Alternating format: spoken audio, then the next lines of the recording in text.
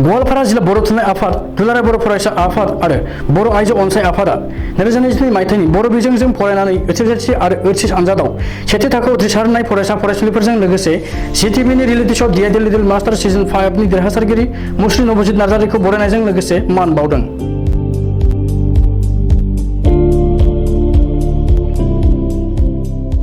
रंजली दखरा दुलाराय बर' फरायसा आफादनि हेफाजाबजों दिनै गवालपारा जिल्ला बर' थुनलाइ आफाद दुलाराय बर' फरायसा आफाद आरो बर' आइजो अनसाय आफादा रंजली प्रगति संघ नवलाङाव गवालपारा जिल्लानिफ्राय 2022 मायथाइयाव बर' बिजोंजों फरायनानै HSC आरो HS आनजादाव सेथि थाखोआव उथ्रिसार जानो हानाय फरायसा फरायसुलिफोरजों लोगोसे ZTVनि reality show DID little master season 5 नि देरहासारगिरि मुस्रि नबजित नार्जारिखौ बरायनायजों लोगोसे मान बावदों।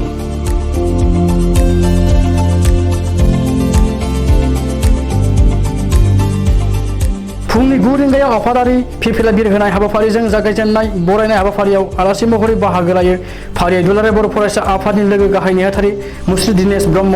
बर' गसारि गावहायुंआरि खुंथायनि लोगो गाहाय मावफुं सोद्रोमा मुस्रि रमिय पि नार्जारि लोगोसे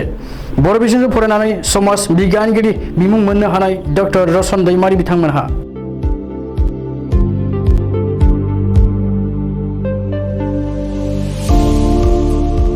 बे हाबाफारिनि गेजेरजोंनो गवालपारा जिल्लानि गुबुन गुबुन माहारियारि आफादफोरनिफ्रायबो DID लिटिल मास्टार सिजन 5 नि उइनार मुस्रि नबजित नार्जारिखौ बरायहोयो। ओनसोलनि रायजो राजाफोर आरो फरायसा फरायसुलिफोरनि लोब लोब बाहागो लानायजों हाबाफारिया जाफुंसार महर मोनो।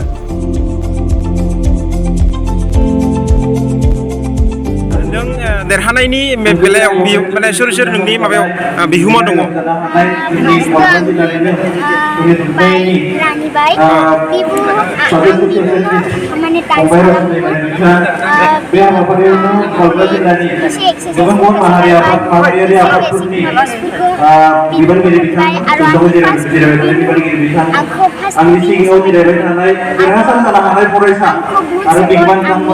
आरो जोंनि गवालपारा गुबुन गुबुन ओनसोलनिफ्राय नुजाफैनो हानाय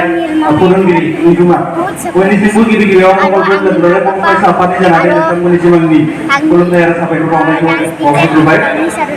नों उन समाव मा जागोन होनना सानदों गावनो? हाबाफारिखौ आंखौ सामलायनो होननायलाय आं आंनि हाबाफारिखौ सामलायनो आखायाव लाबाय आरो बे माबायाव बेलायाव नों दानि लाइमोन उन्दै लाइमोनफोरखौ नों मा बुंनो नागिरदों?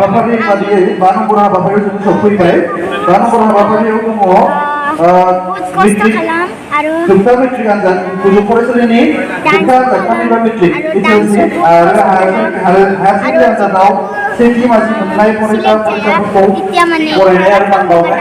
आरो बे हाबाफारिखौ ज'रायै ज'खाय खालामनो थाखाय आङो गवालपारा जिल्ला दुलाराय बर' फरायसा आफादनि नेहाथारि आरो गवालपारा जिल्ला बर' थुनलाइ आफादनि